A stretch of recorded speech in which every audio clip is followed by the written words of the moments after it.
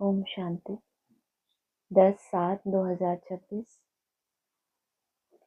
Double Om Shanti. एक शिव बाबा कहते हैं, एक ब्रह्मा दादा कहते हैं। एक ही दिन हुआ है भट्टी की, डबल ओम शांति मिली है। डबल मेहनत की सबने डबल मेहनत की है? नहीं, साधारण मेहनत थी भट्टी के पहले दिन। डबल नहीं, डबल ओम शांति। एक शिव बाबा कहते हैं, एक ब्रह्मा दादा कहते हैं। दोनों का स्वधर्म है शांत, दोनों ही शांति धाम में रहने वाले हैं। तुम बच्चे भी शांति धाम में रहने वाले हो, निराकार देश में रहने वाले आए हो साकारी देश में पाठ बजाने, क्योंकि यह ड्रामा है ना। बच्चों को ड्रामा के आदि मध्य अंत का ज्ञान बुद्धि में भरा हुआ है, ऊपर से लेकर नीचे तक, ऊंच से ऊंच भगवान, उनके साथ बच्चे।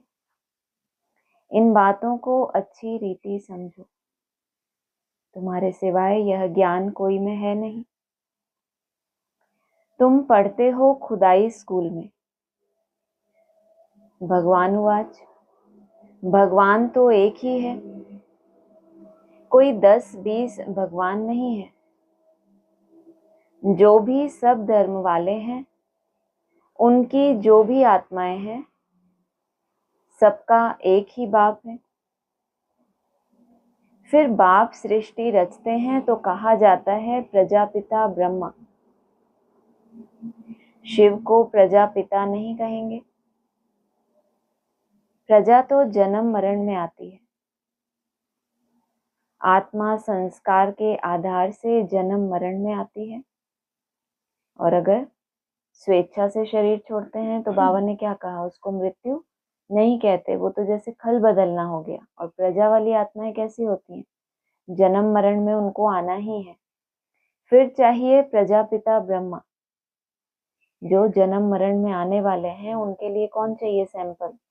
प्रजापिता ब्रह्मा गाया हुआ है परमपिता परमात्मा प्रजापिता ब्रह्मा द्वारा रचना रचते हैं। उनको बुलाया ही जाता है पतित पावन आओ। जब दुनिया पतित बनती है और उनका अंत होता है, तभी बाप आते हैं पतित से पावन बनाने। अब तुम जान गए हो, बाप आते भी एक बार हैं और कब आते ही नहीं। अभी तुमको सारी नॉलेज मिली है, तुम ड्रामा के एक्टर्स हो ना। ड्रामा के एक्टर्स को सबकी एक्ट का जरूर पता होना चाहिए कि क्या क्या पार्ट है। सब एक्टर्स को, कौन से एक्टर्स को पता होना चाहिए?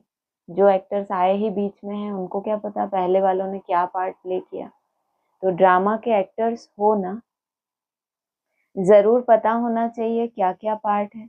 ऊपर निशानी बता दी कि बाप और दादा भी कहाँ रहने वाले हैं, शांति धाम में, और तुम बच्चे भी उनके साथ रहने वाले हो। इसलिए पढ़ते कहाँ हो जब ये साकार सृष्टि है तो? कौन से स्कूल में? खुदाई स्कूल में। खुदाई स्कूल कैसा होगा? खुदा कहाँ रहता है? परम धाम में। तो खुदाई स्कूल में क्या ट्रेनिंग दी जाएगी? वापस अपने घर जाने के लिए कैसा बनाना पड़े, परम धाम को इस सृष्टि पे उतारना पड़े। ड्रामा के एक्टर्स को सबकी एक्ट का जरूर पता होना चाहिए कि क्या क्या पार्ट है। वह होता है छोटा हद का पार्ट, उनका तो सबको पता पड़ जाता है। तुम भी देख कर आते हो, चाहो तो लिख भी सकते हो, याद कर सकते हो। याद किया ना ब्राह्मणों ने, हद का ड्रामा समझा। सतयुग त्रेता द्वापर कलयुग, इतने जन्म, ये ऐसे ऐसे शूटिंग पीरियड सारा रटा हुआ नहीं रटा हुआ? 16 वर्ष, 12 वर्ष, फिर 8 और 4, सबको पता है कैसे कैसे है। तो ये हो गया हद का ड्रामा। तुम देख कर भाते हो, चाहो तो लिख भी सकते हो, याद कर सकते हो। छोटा सा होता है, यह तो बहुत बड़ा बेहद का ड्रामा है, जिसको तुम सतयुग से लेकर कलयुग अंत तक जानते हो। जानकारी किस आधार से है? क्योंकि तुमने पार्ट बजाया है सतयुग आदि से लेकर कलयुग अंत तक, और तुम आत्मिक स्वरूप में टिकते हो, और आत्मा में क्या है, वो सब कुछ पार्ट भरा हुआ है। तो जितना तुम स्वरूप निष्ठ होते हो तो वो पार्ट क्या होता है, इमर्ज होता है तुम्हारा ही। और वैसे तो क्या बोला, तुम देख कर आते हो ड्रामा तो याद कर सकते हो, उस ड्रामा में तुम नहीं हो, लेकिन तुमने ड्रामा देख लिया, तुमने कोई मूवी देख ली, तुम थोड़ी उसके एक्टर हो। जो एक्टर होगा वो तो कितनी बारीकियों से जानेगा कैसे कैसे वो पार्ट प्ले किया। अभी तुम बच्चे जानते हो, हमको बेहद के बाप से बेहद का वर्षा मिलता है, फिर हद के बाप से हद का वर्षा, हद की प्रॉपर्टी मिलती है। बाबा ने समझाया था, राजाएं जो बनते हैं वह अगले जन्म में दान पुण्य आदि करने से एक जन्म के लिए राजा बनते हैं। ऐसे नहीं कि वह दूसरे जन्म में भी बनेंगे। यहाँ तो क्या बता समझते हैं ब्राह्मण, जितनों को प्रजा बनाएंगे अपनी, वो क्या होंगे, हम उनके, वो हमारे अधीन होंगे, और हम राजा बनेंगे। तो किया तो दान है, दान पुण्य करने से क्या बताया, एक जन्म के लिए क्या होगा, राजा बन जाएंगे। ऐसे नहीं कि वह दूसरे जन्म में भी बनेंगे। तुम जो सतयुग में राजाएं महाराजाएं थे, ऐसे मत समझो कि तुम्हारी राजाई कोई गुम हो जाती है। दान पुण्य करने वाले अगले जन्म में बनेंगे कि नहीं उसकी कोई गारंटी नहीं ले रहे बाबा। और तुमको क्या बोल रहे हैं, तुम जो सतयुग से लेकर राजा महाराजा थे, ऐसे नहीं कि तुम्हारी राजाई कोई गुम हो जाती है। फिर जब भक्ति मार्ग होता है तब भी वह जास्ती दान पुण्य करते हैं तो वह भी राजाई में जाते हैं, परंतु वह फिर हो जाते हैं विकारी राजाएं। विकारों का दान भगवान मांगने आया था तो वो नहीं कर पाए, तो क्या किया, क्या बोला, बीच बीच में सोना, फिर थोड़ा रिपीट कर देना। होश में नहीं रह सकते पूरे टाइम ऐसे जैसे अभी हैं, रह सकते हैं, चैलेंज है आज। तो क्या कहा, परंतु वह फिर हो जाते हैं विकारी राजा हैं, तो उनको क्या करना पड़ता है, अभी तो बताया जास्ती दान पुण्य करते हैं तो वो भी कहाँ जाते हैं, राजाई में। तो बताया क्या, भगवान क्या मांगने आया है, विकारों का दान। तो हैं विकारी, विकारों का दान नहीं कर सकते तो क्या करते हैं, ब्राह्मण अभी क्या कर रहे हैं वर्तमान में, ज्ञान दान करते हैं, बहुत सेवाएं करते हैं, लेकिन क्या एक्चुअली नहीं कर सकते, विकारों का दान नहीं दे सकते, तो कैसे राजाएं हैं, विकारी राजाएं हैं। इसी हिसाब से उनको अल्पकाल की राजाई मिल रही है, एक जन्म की। तुम ही जो पूज्य थे सो फिर पुजारी बने हो, फिर भी सुख तो रहता है, दुख तो सिर्फ अभी होता है। अभी मतलब, अभी मतलब कब, सबसे ज्यादा दुख अभी है तुमको, बहुत दुखी हो, हाँ, नहीं, कम दुखी या सुखी, दुख तो सिर्फ अभी होता है। अभी तमो प्रधान में भी तुमको सुख है। दुनिया कैसी है, 84 जन्मों के बाद तुम नीचे गिरे हो तो तुमको दुख कहाँ मिला, अभी जब भगवान के आने का ही समय हो गया, तुमने पुकार लिया क्योंकि अब तुम्हें लगा कि अब ये है दुख असली। उससे पहले तुम्हारे पास कोई दुख था ही नहीं। भले तुम पूज्य से क्या बन गए, पुजारी बन गए, फिर भी क्या बोला, फिर भी सुख तो रहता है। कोई लड़ाई झगड़े की बात नहीं, कब की बात बता रहे हैं, अभी तमो प्रधान में भी तुमको सुख है, कोई लड़ाई झगड़े की बात नहीं। जबकि तमो प्रधानता में ऐसा होता है कि लड़ाई झगड़ा ना हो, होता है ऐसा, लड़ते झगड़ते हो। यह तो बाद में होता है जब लाखों की अंदाज में हो जाते हैं, तब लड़ाई आदि शुरू हो जाती है। तुम बच्चों को तो सतयुग त्रेता द्वापर में भी सुख है। जब तमो प्रधान शुरू होता है तब थोड़ा दुख होता है। कितना कंट्रास्ट है, 2 लाइन पहले क्या बोला, अभी तमो प्रधान में भी तुमको सुख है, फिर तुम बच्चों को तो सतयुग त्रेता द्वापर में भी सुख है। अब द्वापर तो रजो होता है ना, तमो प्रधान तो नहीं होता। जब तमो प्रधान शुरू होता है तब थोड़ा दुख होता है, किन्हीं को थोड़ा दुख होता है और किन्हीं को तमो प्रधान में भी सुख होता है। अब तो है ही तमो प्रधान, बाप समझाते हैं यह है ही तमो प्रधान दुनिया। तुम जानते हो यह बेहद का ड्रामा है, इनसे कोई भी छूट नहीं सकता। ड्रामा अर्थात ड्रामा से कोई छूट नहीं सकता और बेहद का ड्रामा है। मना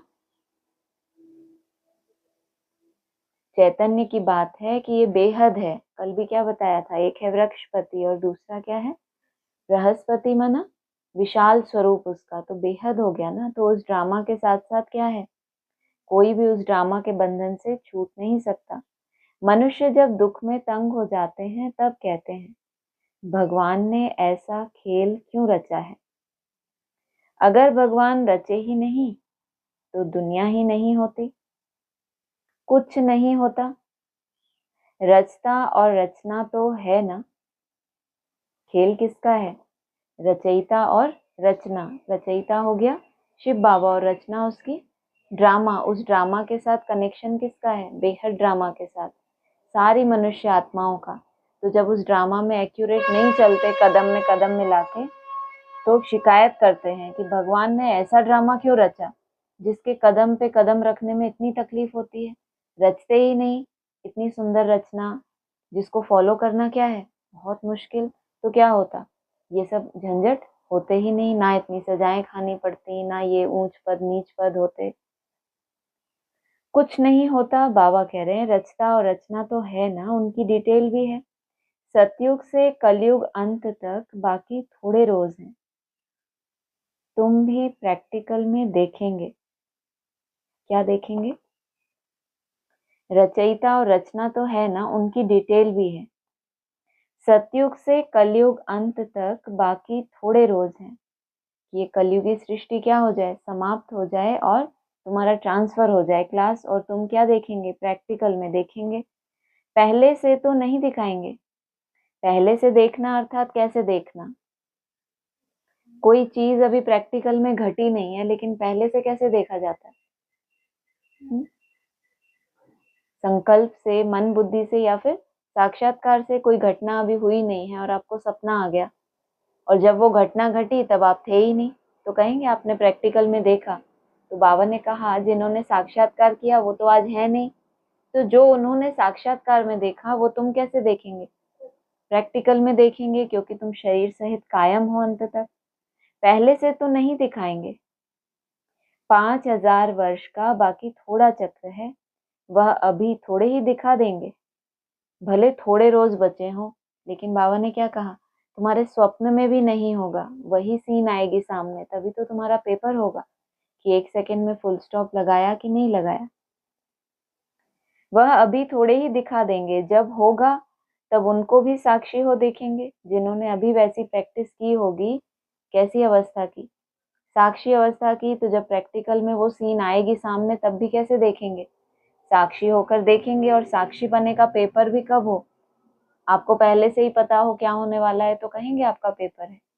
तो कहा यह तो जब होगा तब उनको भी साक्षी हो देखेंगे। जो होना है, जो होना होता है वह कल पहले माफिक होगा। होगा भी रिपीट हो रहा है, कल पहले माफिक है, इसका मतलब रिपीट हो रहा है, लेकिन बाबा पहले से नहीं दिखाएंगे। अब ये तुम्हारी सूक्ष्म बुद्धि है कि तुम उसको कल पहले माफिक से टैली कर सको। यह तो देखते ही हो तैयारियां हो रही हैं।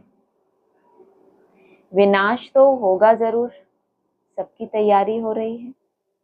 वह ड्रामा में पहले से ही नोंद है, विनाश जरूर होगा। अब तुम बच्चों को बाप समझाते हैं, तुम्हारी आत्मा जो तमो प्रधान बनी है उनको भी यहाँ सतो प्रधान बनाना है। यह तुम अभी समझते हो। बाप गुप्त आते हैं, गुप्त ही तुमको ज्ञान दे रहे हैं। दुनिया में कोई नहीं जानते। गुप्त रीति तुम विश्व का राज्य लेते हो, कोई भी आवाज नहीं। बिल्कुल ही गुप्त दान कहा जाता है ना। वैसे तो कहते हैं टीचर किसी को प्राइवेट कोचिंग दे तो क्या हो जाए, पार्शियलिटी हो जाए, और यहाँ क्या कह रहे हैं, बाप गुप्त आते हैं, गुप्त ही तुमको ज्ञान दे रहे हैं। दुनिया में कोई नहीं जानते। बिल्कुल ही गुप्त दान कहा जाता है ना। बाप आकर बच्चों को अविनाशी ज्ञान रत्नों का गुप्त दान देते हैं। बाप भी कितना गुप्त है, कोई नहीं जानते, फिर जानना कैसे होता है। बाबा ने कंडीशन ही बता दी, शेरनी का दूध है तो पात्र कैसा चाहिए, सोने का चाहिए। अब ये रेस है बच्चों की कि अपने पात्र को कैसा बनाए, सोने का बनाए तो वो जो गुप्त ज्ञान है उसमें धारण हो। यह सब कहाँ जाते हैं, ब्रह्मा कुमार कुमारियां क्या करते हैं, कुछ समझते नहीं। तुम बच्चे जानते हो बाबा कितना गुप्त है, तुम बच्चों को गुप्त विश्व का मालिक बनाते हैं। ना कोई लड़ाई, ना कोई बारूद, ना कोई खर्चा। यहाँ तो एक छोटा सा गांव लेने में ही कितने झगड़े मारामारी चल पड़ती है। तो बाप आकर गुप्त दान देते हैं, वो भी किसके लिए। पहले पहले तुम्हें भी क्या चाहिए, वो तो छोटा गांव लेने के लिए कितना लड़ाई झगड़ा करते हैं, कितना खर्चा करते हैं, और तुम भी माया के साथ इतनी लड़ाई करते हो, इतना अभ्यास का खर्चा करते हो, पूरी ताकत लगाते हो। ये ताकत, तुम्हारे पास धन है तो धन खर्च करोगे, तुम्हारे पास क्या है, पुरुषार्थ करने की ताकत है, वो खर्च करते हो किस लिए, कि हम उस छोटे से गांव में जाने के योग्य बने। अविनाशी ज्ञान रत्नों से तुम्हारी झोली भरते हैं, कहते हैं भर दो झोली शिव भोला भंडारी। तुम जानते हो शिव बाबा हमारी अविनाशी ज्ञान रत्नों से झोली भर रहे हैं। तो एक एक रत्न लाखों रुपए का है। कैसे पता चले, एक एक रत्न लाखों रुपए का है, हिसाब कैसे लगाएं कि हमारे लिए एक एक रत्न लाखों रुपए का है या नहीं है, कैसे पता चले। हाँ, आपको कोई ज्ञान रतन ईश्वर ने दिया कि आपको इसकी धारणा करनी है, कोई हद का ही मोटी बुद्धि हो, उसको हद में लाखों का फायदा हो रहा हो, लेकिन ज्ञान का क्या करना पड़ रहा है, उल्लंघन करना पड़ रहा है, लेकिन फायदा कितना हो रहा है उसको, लाखों करोड़ों भी नहीं है। तो क्या कहा, अगर वो उल्लंघन कर दे तो उसके लिए ज्ञान रतन वैल्यूबल है या फिर लाखों की वैल्यू है। और फिर ब्राह्मण है जो समर्पित हो गए, जो निमित्त है, ब्रह्मा कुमारी हैं, उनमें क्या होता है, बाबा की धारणा, क्या धारणा बताई बाबा ने, कि कोई से तुमको मांगना नहीं है। पहले क्या हो उसका, वो पवित्र बने, वो बाबा का बच्चा बने, तब उनका तुम ले सकते हो, ऐसे तो तुम ले नहीं सकते। लेकिन लाखों का फायदा देखते हैं तो उस ज्ञान रतन को साइड में रख देते हैं या फॉलो करते हैं। तुमसे बोला, उनके लिए तो विनाशी रतन हो गए, बाबा ने कहा मांगो मत, मुरली पड़ी और अगले ही दिन क्या है, फिर वही धंधा शुरू, बिजनेस ऐसा हो गया। लेकिन तो वो ज्ञान रतन कैसा हो गया उनके लिए, विनाशी। सिर्फ दूसरों को समझाया और बुद्धि में धारण तो हुआ ही नहीं, लाखों रुपए की वैल्यू ज्यादा हो गई और रत्नों की कम। तो तुम कितने रत्न देते हो, फिर तुम कितने दानी बनते हो, वह भी गुप्त है। देवताओं को, वह भी गुप्त है, देवताओं को कितने हथियार भुजाएं आदि दे दी हैं, वास्तव में है कुछ भी नहीं। क्या है वास्तव में, कुछ तो होगा, हथियार क्यों दे दिए। जग रहे हो तो बोल लो कुछ, हथियार से क्या करते हो, माया से इतना युद्ध करते हो तो इतनी सारी भुजाएं क्यों दिखा दी। जो देवता तैयार हो गए उनके ही जैसा पुरुषार्थ करने वाली फिर और भी सहयोगी आत्माएं हैं जिन्होंने वैसा वायुमंडल बनाने में क्या किया। ज्वाला रूप अवस्था का संगठित वायुमंडल बनता है तो क्या होता है, सिद्धि प्राप्त होती है। तो उन भुजाओं ने भी क्या किया, सहयोग किया है। सतयुग में देवताओं को इतनी भुजाएं आदि तो होती नहीं, कलयुग में कितने अनेक प्रकार के हथियार दे दिए हैं। विनाश के लिए बॉम्ब्स हैं, तो फिर तलवार बाण आदि क्या करेंगे।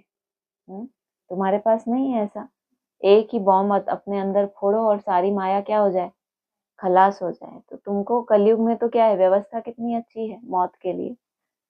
तो फिर तुमको तलवार बाण आदि क्या करेंगे। तुम कहते हो ज्ञान खड़ग ज्ञान तलवार, तो उन्होंने हथियार समझ लिए हैं, है कुछ भी नहीं।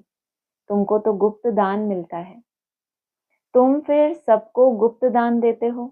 वाचा का दान तो सुनाई देता है, आवाज तो सुनाई देगी ना, और बाप तुमको गुप्त दान देते हैं। तुम जितना आत्मा बनते जाते हो, कहा था ना आत्मा बाप को याद करती है तो क्या होता है, ज्ञान मिल जाता है। तो कैसा ज्ञान है, आवाज से मिला क्या। तुम जानते हो बाबा हमको श्रीमत दे रहे हैं, श्रीमत है ही भगवान की। तुम जानते हो हम आते हैं नर से नारायण बनने, उनको सर्वगुण संपन्न 16 कला संपूर्ण दैवी गुणधारी कहा जाता है। दैवी गुण सिर्फ उन देवी देवताओं में होते हैं, फिर कलाएं कम होती जाती हैं। जैसे संपूर्ण चंद्रमा की रोशनी अच्छी होती है, फिर कम होती जाती है। कम होते होते बाकी एकदम पतली लीक बचती है। सारा गुम नहीं होता, लकीर जरूर होती है। ये चंद्रमा की बात बता रहे हैं। कल भी क्या बोला था, कोई खास पॉइंट?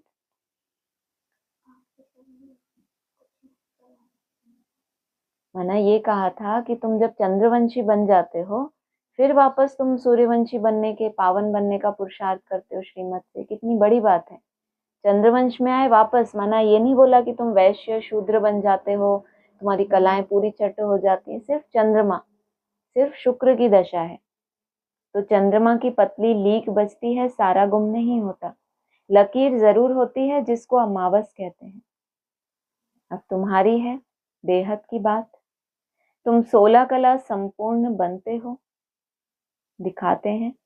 कृष्ण के मुख में माताएं चंद्रमा देखती हैं। यह है साक्षात्कार की बातें, जिसकी समझानी बाप बैठ देते हैं। अब तुमको संपूर्ण बनना है। मुख में तो सारा ही ब्रह्मांड है, लेकिन माताएं किसका साक्षात्कार करती हैं?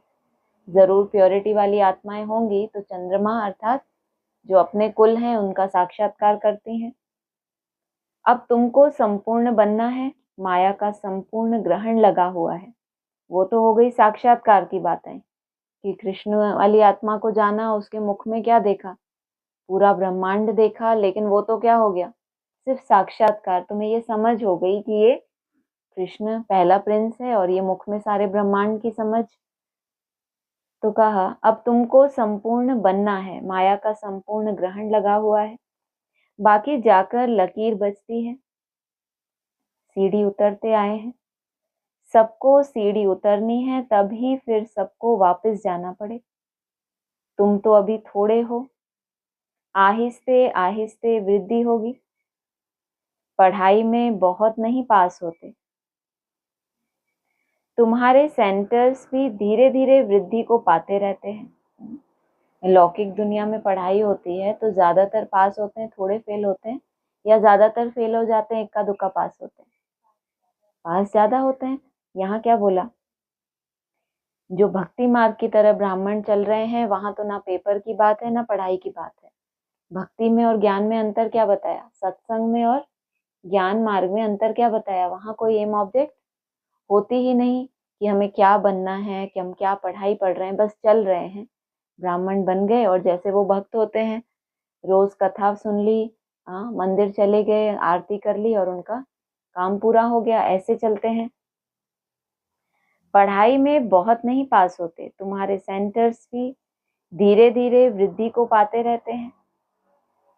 समय नजदीक आता जाएगा। तुमने पढ़ाई पढ़ी है तो तुम कहाँ टिकने की कोशिश करते हो? सेंटर में टिकने की। अब वो तुम सेंटर में टिकने के कैलकुलेशन है कि इतना टिके इतना टिके, बहुत धीरे धीरे वृद्धि को पाता है।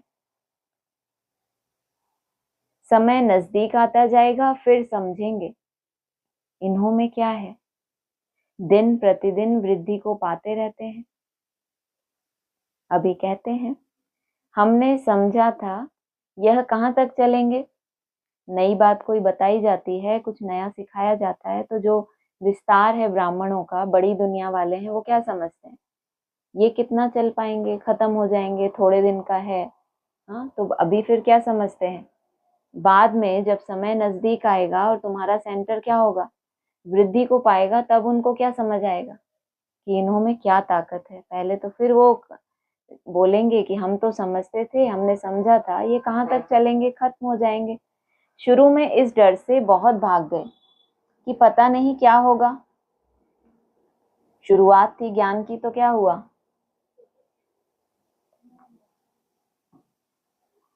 नया नया होता है, नई नई पढ़ाई है तो विघन। छोटा झाड़ होता है तो क्या बोला?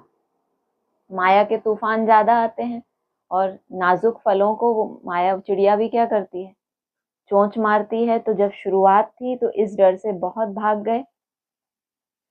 पता नहीं क्या होगा, न यहाँ के न वहां के रहेंगे। क्या किस बात का डर था?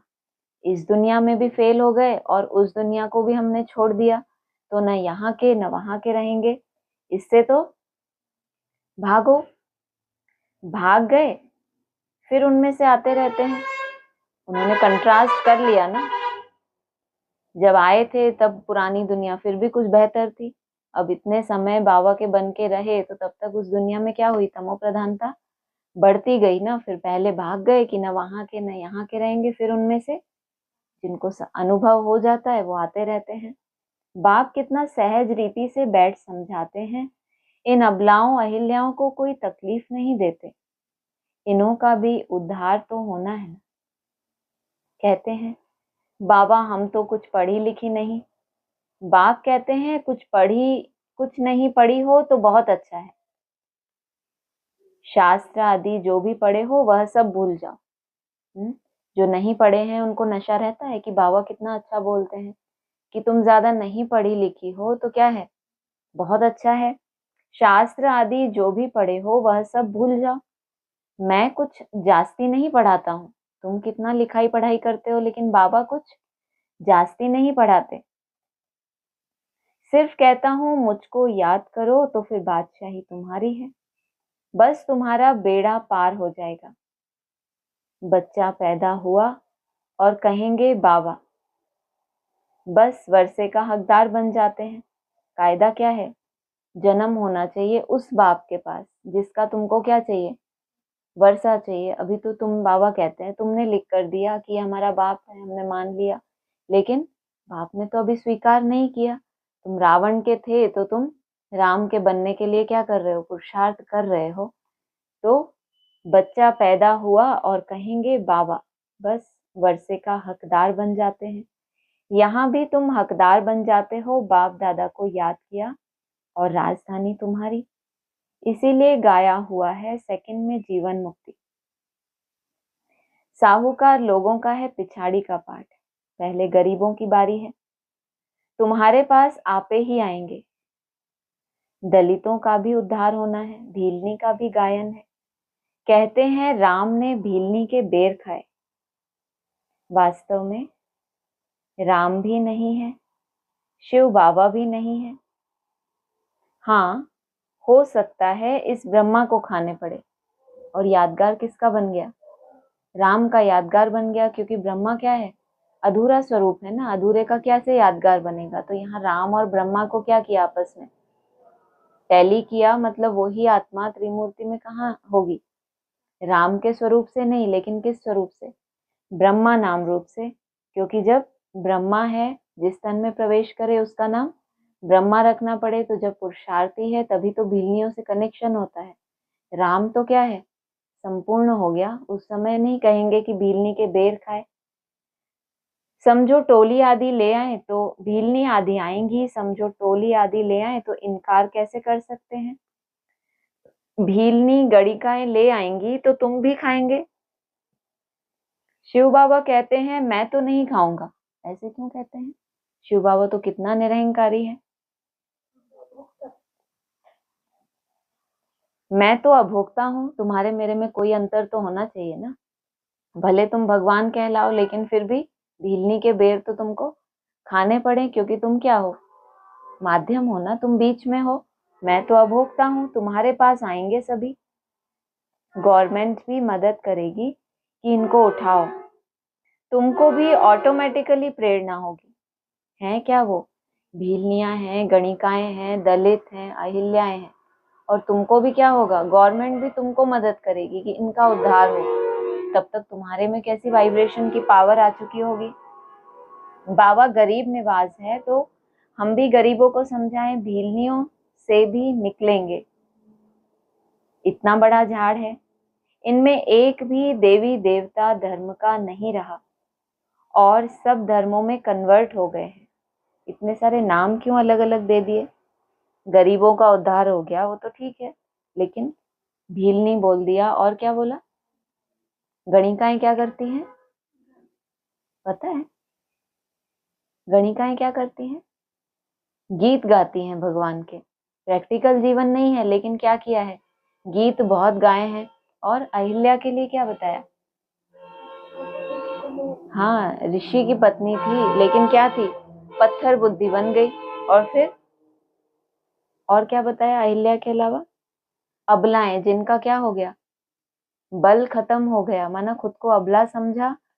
कलयुग में क्या हो जाती हैं स्त्रियां, अपने को, अपने सबल स्वरूप को भूल जाती हैं। माना शिव की शक्ति थी तो सबला, और नहीं, भूल गई उसको तो अबला। है तो सब क्या, सारी फीमेल्स की ही बात है, लेकिन अलग अलग उनमें क्या है, कमियां आ गई हैं। इन सब का बाप को उद्धार करना है। इतना बड़ा झाड़ है, इनमें एक भी देवी देवता धर्म का नहीं रहा, और सब धर्मों में कन्वर्ट हो गए हैं। अब बाप कहते हैं जो भक्ति करने वाले हैं उनको समझाओ। तुम देख रहे हो सैंपलिंग कैसे लगता है, ब्राह्मण कैसे बनते हैं। जो सूर्यवंशी चंद्रवंशी देवता बनते होंगे वही आते जाएंगे। ऊपर तो क्या बोला, सब कन्वर्ट हो गए, कोई है ही नहीं। अब तुम जानते हो कि यह सैंपलिंग कैसे लगता है, ब्राह्मण कैसे बनते हैं। ब्राह्मण तो बहुत बन जाते हैं, इतने ब्रह्मा कुमार कुमारियां सब क्या कहलाते हैं, हम ब्राह्मण हैं। बाबा किन की बात कर रहे हैं, जो ओरिजिनल ब्राह्मण हैं, जिनको ब्राह्मण से देवता बनना है, वो कैसे बनते हैं। जो सूर्यवंशी चंद्रवंशी देवता बनते होंगे वही आते जाएंगे। आगे नहीं बढ़े कि इस्लामी बौद्धी क्रिश्चियन नई दुनिया की बात कर रहे हैं, तो पहले पहले कौन होंगे। एक बार भी सुना तो स्वर्ग में जरूर आएंगे। क्या ऐसा सुना एक बार भी? ज्ञान तो कब से सुनते आ रहे हैं, लेकिन स्वयं स्थिति में चले गए ब्राह्मण। क्या ऐसा सुना कि स्वर्ग में जरूर आएंगे? तुम जो अभ्यास कर रहे हो स्वयं स्थिति में जाने का, और तुम्हारे अनुभव के दो बोल क्या बोला है, एकदम दिल तक लगेंगे तो कभी ना कभी परिस्थितियों में, दुख में वो पुरुषार्थ करेगा कि नहीं। एक बार भी, माना तुम इतने योग्य होने चाहिए, हर किसी के मुख से सुना तो स्वर्ग में आ जाए, नहीं, एक बार भी सुना तो क्या होगा, स्वर्ग में जरूर आएंगे। बाबा ने काशी कलवट का भी मिसाल सुनाया। शिव पर जाकर बलि चढ़ते थे, उनको भी कुछ तो मिलना चाहिए। तुम भी बलि चढ़ते हो, पुरुषार्थ करते हो राजाई के लिए, तो दो बातें हो गई। एक तो हो गया सिर्फ क्या किया, सिर्फ बलि चढ़ना, माना अर्पण किया है खुद को, ये तो सिर्फ उसका फल, ये भी क्या हो गया, एक तरह से भावना थी तुम्हारी, बहुत श्रेष्ठ भावना, तो तुम अर्पण हो गए। और उसके बाद नेक्स्ट, भक्ति मार्ग में राजाई तो होती नहीं। तुम भी बलि चढ़ते हो, लेकिन क्या करते हो, पुरुषार्थ करते हो राजाई के लिए। भक्ति मार्ग में राजाई तो होती नहीं, वापिस कोई भी जा नहीं सकते। तो क्या होता है, उनके जो पाप किए हुए हैं उनकी सजा भोग चुकतू कर देते हैं। जब तक बलि चढ़े हैं उससे पहले के उनके जो भी पाप हैं वो सब क्या हो जाते हैं, चुकतू हो जाते हैं। फिर नए सिर जन्म होता है, नए सिर पाप शुरू होते हैं। क्यों ऐसा? पिछले पापों को खत्म करने के लिए क्या किया, बलि चढ़े, अपने आप को कष्ट दिया। बलि चढ़ना माना अपने आप को तकलीफ देना, त्याग कर रहे हैं, त्याग का जीवन है तो अपने को कष्ट दे रहे। लेकिन राजाई क्यों नहीं है, फिर पाप कैसे करने लगते हैं? क्योंकि आत्मा के अंदर से विकारों का संस्कार थोड़ी निकाला है कि 5 विकार आत्मा में से ही समाप्त हो जाएं तो क्या होगा, पाप होगा। अगर अपने स्वरूप में टिक जाएं तो फिर पाप होगा इनसे कोई। लेकिन उन्होंने क्या किया, पाप किए, फिर क्या किया, अपने आप की बलि चढ़ा दी कि हमारे पाप खत्म हो जाए। हम बदल नहीं सकते, मर जाएंगे लेकिन क्या नहीं होगा, संस्कारों को नहीं बदलेंगे। तो कितना बड़ा घात किया अपना, कि पुराने पाप खत्म हो जाएं। लेकिन बाबा ने क्या बता दिया, नया जन्म लेके फिर क्या होगा, फिर से क्या करेंगे, फिर से पाप शुरू हो जाते हैं। और फिर और वरदान क्या ऐड कर दिया, और ही जास्ती पाप करते हैं। सोचो, ये ऐसा तो नहीं होना चाहिए उनके साथ। क्यों? क्योंकि पश्चाताप किया था तभी तो काशी कलवट में गए ना। यहाँ भी कुछ ना कुछ रियलाइज करते हैं तभी तो क्या करते हैं, बहुत तपस्या करते हैं, कूद जाते हैं, इतना अभ्यास और इतना सुंदर समझ मिलती है, तभी तो रियलाइजेशन होता है, ऐसे ही थोड़ी हो जाता है। रियलाइजेशन कराने वाला भी तो चाहिए, और उसके बावजूद अगर पाप किए तो फिर ज्यादा दंड मिलना चाहिए ना। नए सिरे पाप शुरू होता है, बाकी रहना तो सबको यहाँ ही है। नंबर 1 में तुम ही हो जो क्या करते हो, अपने सारे पुराने पापों को ही और संस्कार को ही बदल देते हो। तुम ही 84 जन्म भोगते हो, सबको सतो रजो तमो में आना होता है। बाप कहते हैं इस समय सारी मनुष्य सृष्टि का झाड़ जड़ जड़ीभूत हो गया है। मनुष्य तो बिल्कुल घोर अंधियारे में कुंभकर्ण की नींद में सोए हुए हैं। एक कुंभकर्ण नहीं है, अनेक है मनुष्य। वैसे तो कहते हैं रावण क्या था, बहुत बुद्धिमान था। कुंभकर्ण में प्योरिटी थी, लेकिन इतना शास्त्रों का प्रकांड विद्वान नहीं था। और यहाँ तो मनुष्य हैं मनन चिंतन वाले, वो भी अब क्या हो रहे हैं, कुंभकर्ण बन गए। और एक नहीं है, अनेक हैं। तुम कितना भी समझाते हो, सुनते ही नहीं। जिनका पाठ है वही पुरुषार्थ करते हैं और माता पिता के दिल पर चढ़ते हैं। तख्त नशीन भी वही बनेंगे। इसलिए यादगार कौन सा मंदिर बताया? जगन्नाथ मंदिर नहीं है तुम्हारा यादगार, जहाँ गंदे चित्र दिखा दिए। तुम्हारा यादगार कौन सा बताया? देलवाड़ा मंदिर, जहाँ नीची स्टेज में हो तब भी तुम क्या कर रहे हो, तपस्या कर रहे हो, और ऊपर में स्वर्ग दिखा दिया। तख्त नशीन भी वही बनेंगे। कितनी बच्चियां पूछती हैं बाबा, बच्चों को डांटना पड़ता है। बाप कहते हैं इसका इतना कुछ नहीं है। क्यों ऐसा? इसका इतना कुछ नहीं है क्यों? बाबा ने मुरली में कुछ बताया, इसका पॉइंट भी निकाला हुआ है आपने। भारत में क्या कायदा है? भारतवासी बाबा का बोला हुआ है मुरली में, क्लैरिफिकेशन में कहो। भारतवासी जो हैं बच्चों को क्या करते हैं, बहुत मार कुटाई भी कर देते हैं। और विदेश में चले जाओ, अपराध माना जाता है। बच्चे को मारा तो आपको बच्चा ले जाएंगे कि आप उनकी केयर नहीं करते। बाबा ने क्लैरिफिकेशन क्या दिया, किसको पता है? कितनी गलत बात है। भारत में भगवान आते हैं और मार कुटाई, मार कुटाई। फाउंडेशन डालते हैं तो भी क्या बोला, जिन पत्थरों को फाउंडेशन में डालते हैं सबसे ज्यादा कुटाई किनकी होती है? वो जो ऊंचे ऊंचे कंगूरे तो सबको दिखते हैं, लेकिन कुटाई कितनी हुई है वो कौन जानेगा? जो फाउंडेशन डाला है जिनके द्वारा। तो ऐसा करना चाहिए भगवान को। कितना सुंदर बाबा ने इसका अर्थ बताया, क्लैरिफिकेशन। याद है? नहीं याद? चलो मैं जीत गई। आप लोगों से पूछूं, आप बोलोगे हमसे पूछा ही नहीं, हमको याद था। हाँ, नहीं होगा इतना मुझे विश्वास है। क्या बोला बाबा ने कि जो भारतवासी हैं उनको ये बहुत चिंता होती है कि कहीं हमारे भारत के बच्चे दूसरे दूसरे धर्मों में ना कन्वर्ट हो जाएं, ये अपनी धारणाओं को छोड़ के विदेशियों से प्रभावित ना हो जाएं। क्योंकि बाबा ने क्या बोला, मुरली की बात है, जो विधर्मी होंगे, विदेशी होंगे, मुरली की एक बात मानेंगे और दूसरी को छोड़ देंगे। तो अगर मुरली की कोई भी बात इनसे छूट रही है तो डांटेंगे कि नहीं, कि तुम क्या हो जाओगे दूसरे धर्मों में। और विदेशियों को क्या है, विदेशियों को इस बात की चिंता है ही, विधर्मी विदेशी, तो वो तो चाहते हैं कि भारत में कन्वर्ट हो जाएं, तो वो क्यों डांटेंगे? उनके हैं ही विदेशी, तो जाएंगे कहाँ, भारत में ही जाएंगे ना। तो उनके लिए तो फायदा है, वो तो चाहते हैं कि ये भारतवासी बने। कौन चाहता है कि ऐसी ही धारणाएं बनी रहें जब सत्य को जान लिया तब? लेकिन भारत में ये बहुत चिंता रहती है। बाप कहते हैं इसका इतना कुछ नहीं है, तुम पुकारती हो हम पतितों को पावन बनाओ। बाप भी कहते हैं काम महाशत्रु है, ऐसे नहीं कहा जाता, क्रोध शत्रु है।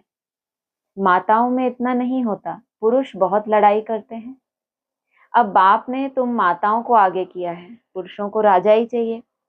राजाई कैसे मिलेगी? जन्म जन्मांतर क्या किया है, लड़ाई लड़ी है और राजाई मिली है, तो वो संस्कार है। तो बाबा क्या करते हैं, तुम माताओं को आगे कर देते हैं। वंदे मातरम नहीं तो माताओं को कहते हैं तुम्हारा पति गुरु ईश्वर है, उनकी मत पर चलना है। हथियाला बांधा फिर फट से पतित बने, ये ईश्वर मिला उनको। बाबा को हैरानी हो रही है, क्या कह देते हैं दुनिया वाले। हाँ, ये हुआ कैसे? भारत में भगवान अगर हमें मुरली में सिखा रहे हैं कि कौन सा माताओं को आगे किया, तो ये सृष्टि ऐसी कैसे बन गई? अभी वर्तमान समय ये ऐसी कैसे बन गई? पुरुष प्रधान समाज हो गया, या माताओं को कोई आगे रखता है?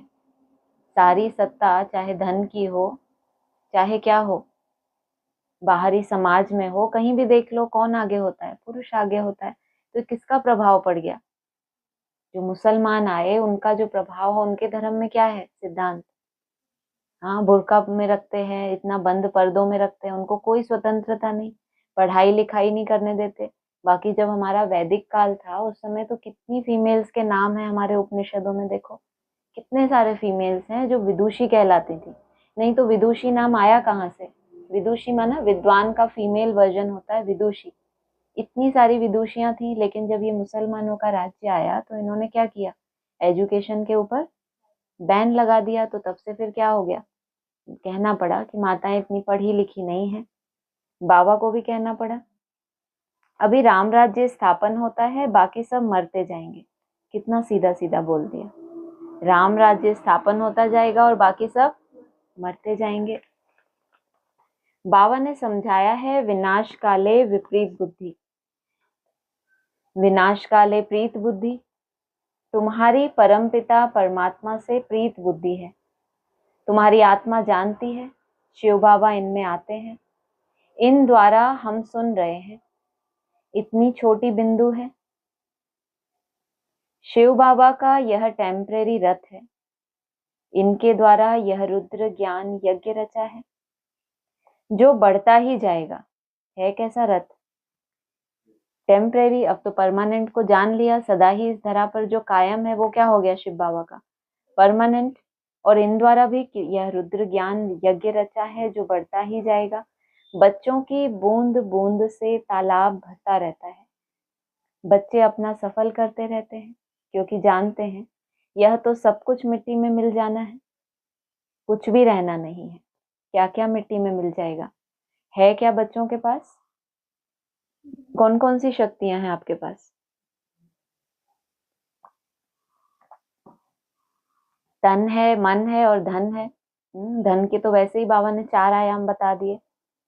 तन को क्या कर रहे हैं? तन को सुख लेने में ही बिजी किया हुआ है, अतीन्द्रिय सुख की कल्पना ही नहीं है, तो कहेंगे सफल किया। मन जैसे और ब्राह्मण है वैसे ही ब्राह्मणों की तरह निरंतर मंथन ही मंथन में भाग रहा है, तो इसको भी क्या कहेंगे? भक्ति, अर्थात मन बुद्धि का भागना। अब चाहे वो ये थोड़ी घंटियां बजा रहे हैं वो भक्ति कर रहे हैं, उनकी बुद्धि भाग रही है। हो सकता है वो मंत्र में एकाग्र हो गए, और जो ज्ञानी है वो केवल मंथन में ही भाग रहे हैं। तो जो बच्चे अपना सफल करते रहते हैं, बाकी सब कुछ क्या हो जाएगा? देह अभिमान को अगर समाप्त नहीं किया तो ये सारी शक्तियां कहाँ जाने वाली हैं? उसी देह अभिमान में। चाहे धन का बल है तो कहाँ जाएगा? अपने हिसाब किताब कर्म भोगों में धन भी जाएगा, मन भी फिर कहाँ जाएगा? उसी के पीछे, और तन तो भोग ही रहा है। कुछ भी रहना नहीं है, इतना तो सफल हो जाए। सुदामा का भी मिसाल है ना। बच्चियां बाबा के पास चावल मुट्ठी या 6-8 रुपया भेज देती हैं। वाह बच्ची, बाप तो गरीब निवाज है ना। प्रोग्रेस हो गई। पहले तो 1-आध रुपया भेजती थी, 1-2 रुपया भी बोला है बाबा ने। अभी कितना प्रोग्रेस हुई। डबल ओम शांति करी ना, तो कुछ ना कुछ भट्टी में क्या किया इन्होंने? जंप लगाया है। तो अभी 6-8 रुपया भेजते हैं। तो बाबा ने क्या बोला? वाह बच्ची, बाप तो गरीब निवाज है ना। यह सब ड्रामा में नूंद है, फिर भी होगा। बांधेलियां हैं। बाप कहते हैं भाग्यशाली हो, शिव बाबा का हाथ तो मिला ना। बांधने वाले बांध रहे हैं, चाहे अपने हिसाब किताब चाहे बाहरी हिसाब किताब है, लेकिन शिव बाबा का हाथ तो मिला ना। एक दिन आएगा सब आर्य समाजी आदि भी आएंगे। जाएंगे कहाँ? मुक्ति, जीवन मुक्ति की हट्टी तो एक ही है। सजाएं खाकर सबको मुक्ति में जाना है। माना ये जब सजाएं खा लेंगे फिर क्या आएंगे? ये तुम्हारे पास आएंगे, क्योंकि हट्टी एक है। यह है कयामत का समय, सब वापस जाएंगे। यह है साजन की बारात, कैसे बारात जाएगी वह भी साक्षात्कार होगा, तुम्हारे सिवाय और कोई देख न सके। ये कैसी बारात है? बारात तो ऐसे निकाली जाती है जानबूझ के, शोर मचाया जाता है, पटाखे फोड़े जाते हैं कि सारे शहर को क्या हो जाए, पता चल जाए कि बारात जा रही है। और ये क्या बोला? कैसे बारात जाएगी वह भी साक्षात्कार होगा, तुम्हारे सिवाय और कोई देख ना सके। क्योंकि तुमको जाना कहाँ है? विष्णुपुरी, अर्थात ससुर घर में जाना है, साजन आगे आगे और पीछे तुम सब सजनिया, तो वहां पर तुम कैसे ट्रांसफर हो जाते हो, क्योंकि उस समय शूटिंग पीरियड कौन सा आ जाता है, कलयुग की शूटिंग पीरियड सामने, और तुम्हारी ट्रेन ने टर्न ले लिया तो कौन देख पाएगा, वो तो अपने हिसाब किताबों में ही उलझे हुए हैं। अच्छा मीठे मीठे सिक्की लदे बच्चों प्रति मात पिता बाप दादा का याद प्यार गुड मॉर्निंग, रूहानी बाप की रूहानी बच्चों को नमस्ते, रूहानी बच्चों की रूहानी बाप दादा को नमस्ते। धारणा के लिए सार है, बाप द्वारा ज्ञान का जो गुप्त दान मिला है उसकी वैल्यू को समझ अपनी झोली ज्ञान रत्नों से भरपूर करनी है। नहीं तो जो चीज सबके पास है वो आपके पास भी है, तो आपको कोई नशा चढ़ता है। अब टीचर ने विशेष आपको कोई मंत्र दे दिया, होता है ना, टीचर ने विशेष कृपा कर दी, पेपर लीक कर दिया आपके लिए कि देखो ऐसा ऐसा पढ़ाई करना, ये काम आएगा। कई कई टीचर के अपने कोई विशेष स्टूडेंट होते हैं ना, तो वो उनको ऐसे चीटिंग नहीं कराते, लेकिन क्या बोलते हैं, ये वाला पोर्शन अच्छे से पढ़ लेना, ये वाला अच्छे से पढ़ लेना, क्लियर इशारा नहीं करते। तो बाप ने भी तुमको गुप्त क्या दे दिया, कान में मंत्र दे दिया कि और सब कुछ छोड़कर क्या करो, डायमंड इकट्ठे करो और कहाँ जाओ, डायमंड दुनिया में जाओ। इस कयामत के समय जबकि वापस जाना है तो अपना सब कुछ सफल करना है, प्रीत बुद्धि बनना है, मुक्ति और जीवन मुक्ति का रास्ता सबको बताना है। वरदान है, भोलेपन के साथ साथ ऑल माइटी अथॉरिटी बन, माया का सामना करने वाले शक्ति स्वरूप भाव। कभी कभी भोलापन बहुत भारी नुकसान कर देता है, सरलता भोला रूप धारण कर लेती है। सरल होना माना आपके अंदर किसी तरह की कोई जटिलता ना हो, जो जिस संस्कार का व्यक्ति है उसके साथ आप वैसे मोल्ड हो गए तो कहेंगे आपका सरल स्वभाव है। ऐसा नहीं कि जानते नहीं हो, जानते सब कुछ हो, लेकिन अपने नेचर को कैसा बनाया, इजी बना दिया। लेकिन ऐसा भोला नहीं बनो जो सामना नहीं कर सको, सरलता के साथ समाने और सहन करने की शक्ति चाहिए। जैसे बाप भोलानाथ के साथ ऑल माइटी अथॉरिटी है, ऐसे आप भी भोलेपन के साथ साथ शक्ति स्वरूप भी बनो, तो माया का गोला नहीं लगेगा। माया सामना करने के बजाय नमस्कार कर लेगी। स्लोगन है, अपने दिल में याद का झंडा लहराओ तो प्रत्यक्षता का झंडा लहरा जाएगा। अच्छा, ओम शांति। किसी का है प्रश्न?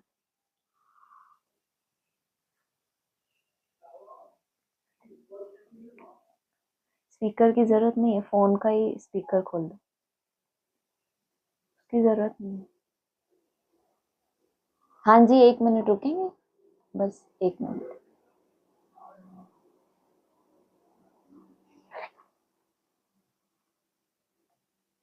हाँ जी, अब बोलिए। हाँ जी, 8 तारीख की मुरली का एक पॉइंट है कि श्री कृष्ण और शिव का संबंध इस समय नजदीक है। शिव जयंती होती है संगम पर, फिर कल होगी कृष्ण जयंती। शिव जयंती है रात में, श्री कृष्ण जयंती है सवेरे, उसको प्रभात कहेंगे। ये एक्सप्लेन करेंगे? मुरली आपने क्लैरिफिकेशन सुन लिया है? नहीं सुना है। इसमें तो पूरा क्लैरिफिकेशन आया था क्लास में, क्योंकि 8 तारीख की क्लास तो लास्ट क्लास थी। हाँ, तो उसमें बहुत अच्छे से क्लैरिफाई किया है। बाकी जितना मुझे याद है उतना क्लियर करती हूँ। इस समय संबंध नजदीक इसलिए है क्योंकि इसी समय उस संबंध की पहचान होती है। इतने वर्षों तक संगम युग बीत गया, तब तक तो पहचान ही नहीं थी, वो जो है जैसा है। तो पहले 18 के बाद कहेंगे कि बाप की पहचान बुद्धि में आई। अगर सतो प्रधान अवस्था को टच किया तो पहले शिव जयंती, तो शिव जयंती के बाद बोला भी है 1 सेकेंड 1 मिनट के बाद कृष्ण जयंती, लेकिन 1 सेकेंड 1 मिनट का तो पता ही नहीं चलता, इसलिए कहा प्रभात के समय। वैसे तो 2-2:30 बजे का भी टाइम आया है, 3-4 बजे का भी टाइम आया है। बाबा ने कहा 2:30 बजे तो कोई सिमरन कर भी ना सके।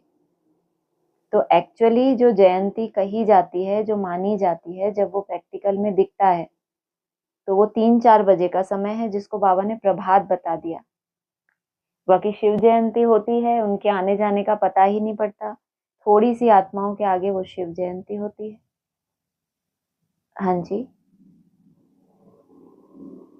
हाँ जी, हाँ जी। अभी याद आ गया कि अच्छे से एक्सप्लेनेशन हुआ था। तो फिर सुन हाँ जी जरूर। हाँ जी, एक और सीमा बहन का क्वेश्चन। हाँ जी। ओम शांति। ओम शांति। रिंकी बहन, कल की भी मुरली में वो चंद्रमा के लिए आया था लकीर का, और आज भी आया, और साथ में ये भी आया कि कृष्ण के मुख में माताएं चंद्रमा देखती हैं। बिल्कुल। तो मुझे एक जानना था कि जो करवा चौथ की रस्म होती है चंद्रमा देखने की, उसका इससे कुछ है, मतलब कनेक्शन, ये समझना। कभी चिंतन तो नहीं किया, हो सकता है, लेकिन वो वाला चंद्रमा दूसरा होता है। वो बाबा कहते हैं चौथ का चंद्रमा है ना, शायद करवा चौथ ही कहा जाता है ना। चौथ का चंद्रमा है, इसलिए छलनी से देखते हैं, वो संपूर्ण चंद्रमा नहीं है। अगर ऐसे देख लिया तो कहते हैं माना बीच में ज्ञान का पर्दा होना चाहिए। बुद्धि में ज्ञान की समझ नहीं है तो हम श्रेष्ठ आत्माओं को भी कैसा जज कर लेते हैं। इसलिए आपकी बुद्धि में पूरी समझ हो, इसलिए बीच में छलनी रखते हैं कि हमें एक्यूरेट समझ आए, फिल्टर होके देखें हम। जैसा है वैसा देख लिया, बाबा ने कहा ना महारथी हैं, तो उनको उनकी भी कमजोरी देख लेते हैं तो खुद ढीले पड़ जाते हैं। अव्यक्त वाणी में आता है ऐसा। तो जबकि वो आत्माओं का पिछला किया हुआ पुण्य इतना है कि वो क्या होगा, बाप लास्ट में उनको जंप दिला देगा। लेकिन जो उनके उस कमी को या अपूर्ण स्वरूप को देखा तो उनको ग्रहण लग जाता है। तो ऐसा कुछ हो सकता है। बाकी मुख में चंद्रमा तो यही है कि मुख में तो कृष्ण के सारा ही ब्रह्मांड दिखाया जाता है। माताएं जो है मुख में चंद्रमा देखती हैं, माताएं खुद भी भावनावादी होती हैं। तो उस मुख से जो ज्ञान निकलता है उसमें ये पूरा रहस्य होता है कि चंद्रमा की 16 कलाएं कैसे होती हैं, फिर घटते घटते कैसे, जैसे वहां पर एक मास लगता है संपूर्ण बनना, फिर एकदम एक लकीर तक आना। यहाँ बाबा ने वर्ष बताया, पूरे 30 वर्ष लगते हैं। 15 वर्ष में पतन होता है, फिर 15 वर्ष में उत्थान होता है। तो ये बाबा ने क्लैरिफिकेशन दिया है।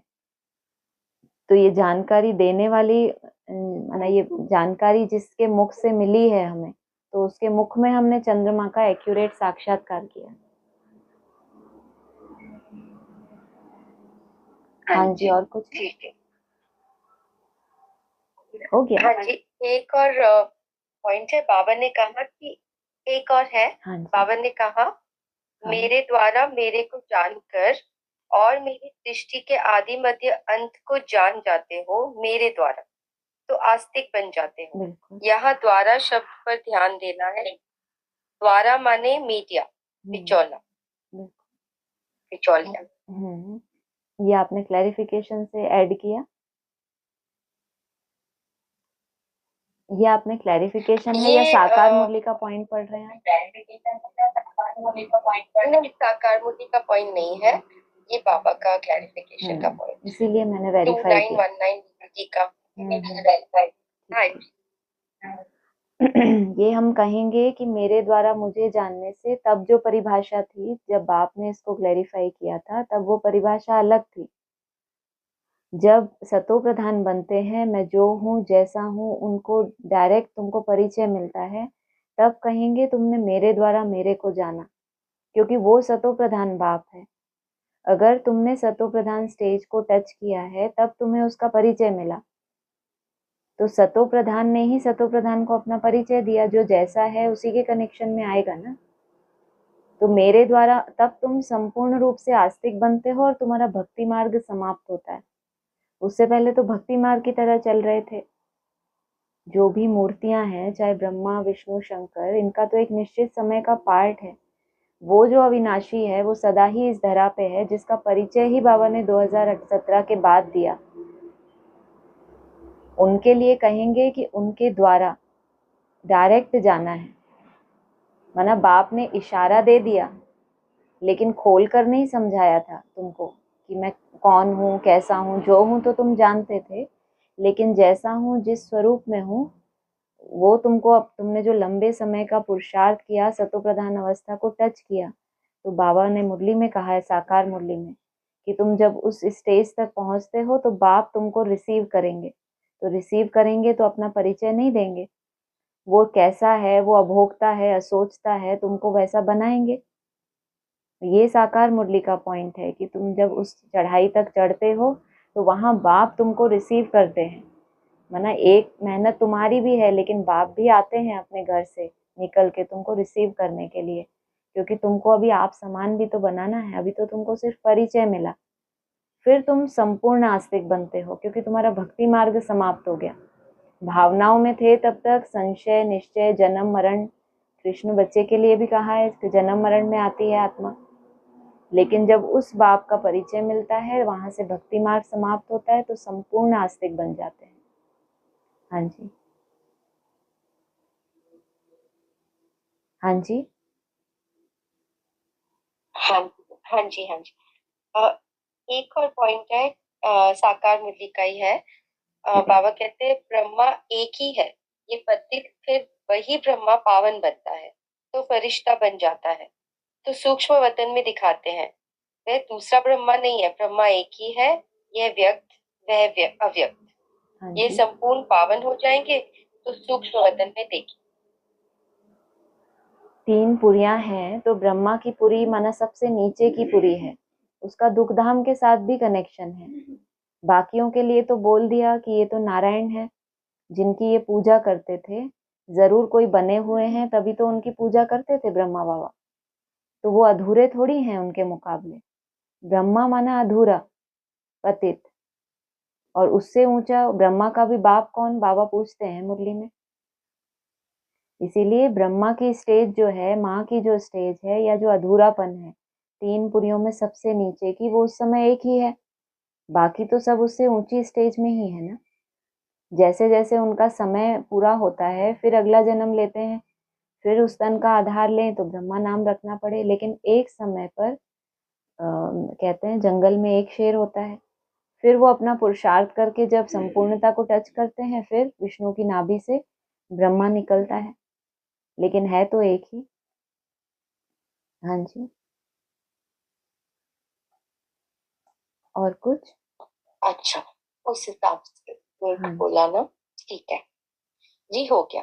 ठीक हाँ है। जी, ओम शांति। ओम शांति। और किसी को कुछ बोलना है? दीदी, हाँ जी, हाँ दीदी, ओम शांति। ओम शांति। दीदी, मैं पूछ रही थी कि हाँ जी, ओम शांति।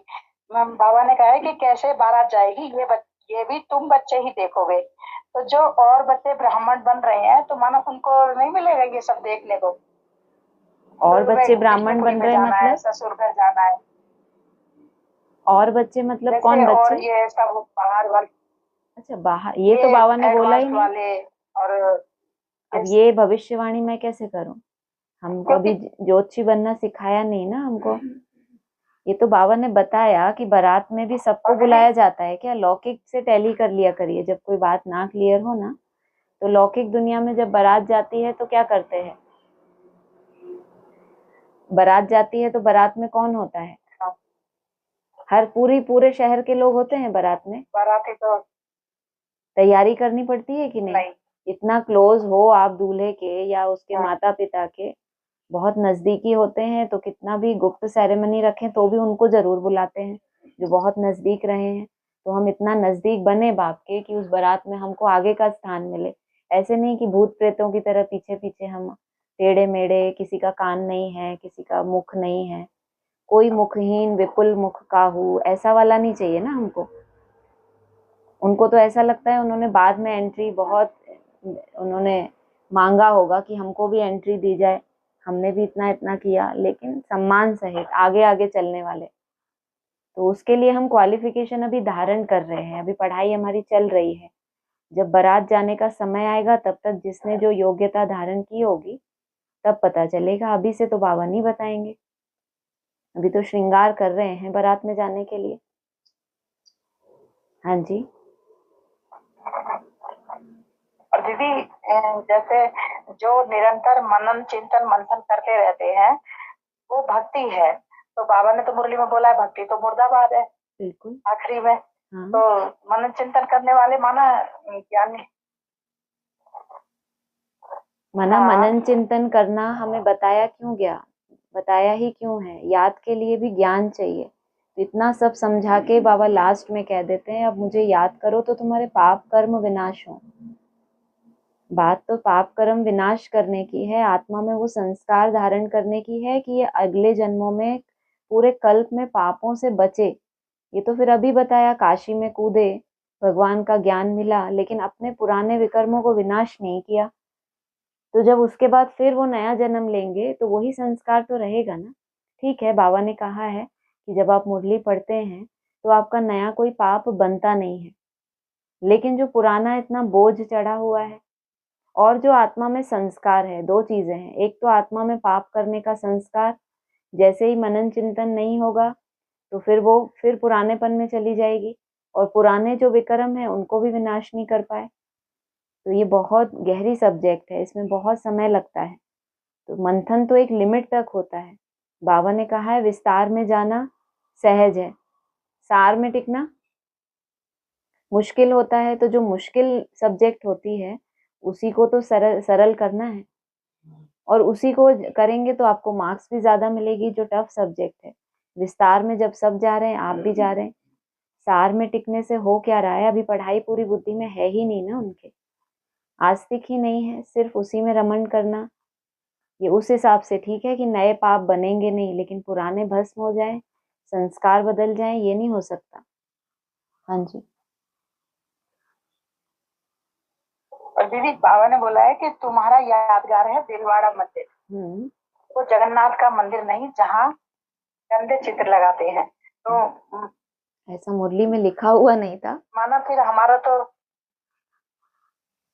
अच्छा नहीं, आपको अगर क्लैरिफिकेशन पसंद आया हो तो आप रख सकते हो बुद्धि में कि देलवाड़ा यादगार है तुम्हारा, तुम माता पिता के दिल तख्त पर चढ़ते हो, इतना सुंदर तुम पुरुषार्थ करते हो, तुम वाम मार्ग में जाने वाले थोड़ी हो, तुम तो तने वाले हो ना। तो तुम्हारे क्यों गंदे चित्र दिखाएंगे? कोई गॉडरेज का ताला थोड़ी लगाया है बुद्धि पे कि वो ताला लगे फिर इतना रस्टेड हो जाए। एक तो ताला ऊपर से रस्टेड, कितनी दिक्कत है उसको खोलने के लिए। तो तुम ऐसे नहीं हो, तुम नीचे तपस्या करते हो राजयोग की और ऊपर तुम्हारे लिए स्वर्ग है। तो हमको वो मंदिर पसंद आया इसलिए ऐसा बोला। हाँ जी। और दीदी ये चौथ का चंद्रमा की जो बात थी ना, ये भी मुझे बहुत अच्छी लगी आज। और मुझे काफी इसमें इंटरेस्ट भी आया इस पॉइंट में कि हम अभी तक समझ ही नहीं पाते थे कि ये छल्ली क्यों लगाते। हमने जाना ये सब ढोंगबाजी है, ये सब हम चीजों को मानते जानते भी थे, छल्ली लगा, ये सब शौक है इनका छल्ली लगाने का। क्यों, पहले हम भी तो लगाते थे।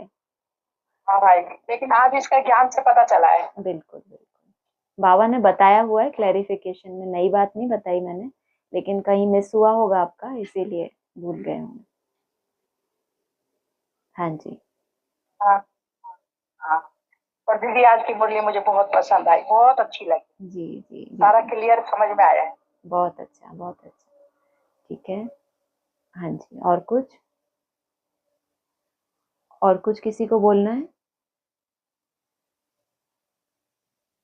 ठीक है, बोलना आपको? ये रुको सब लोग।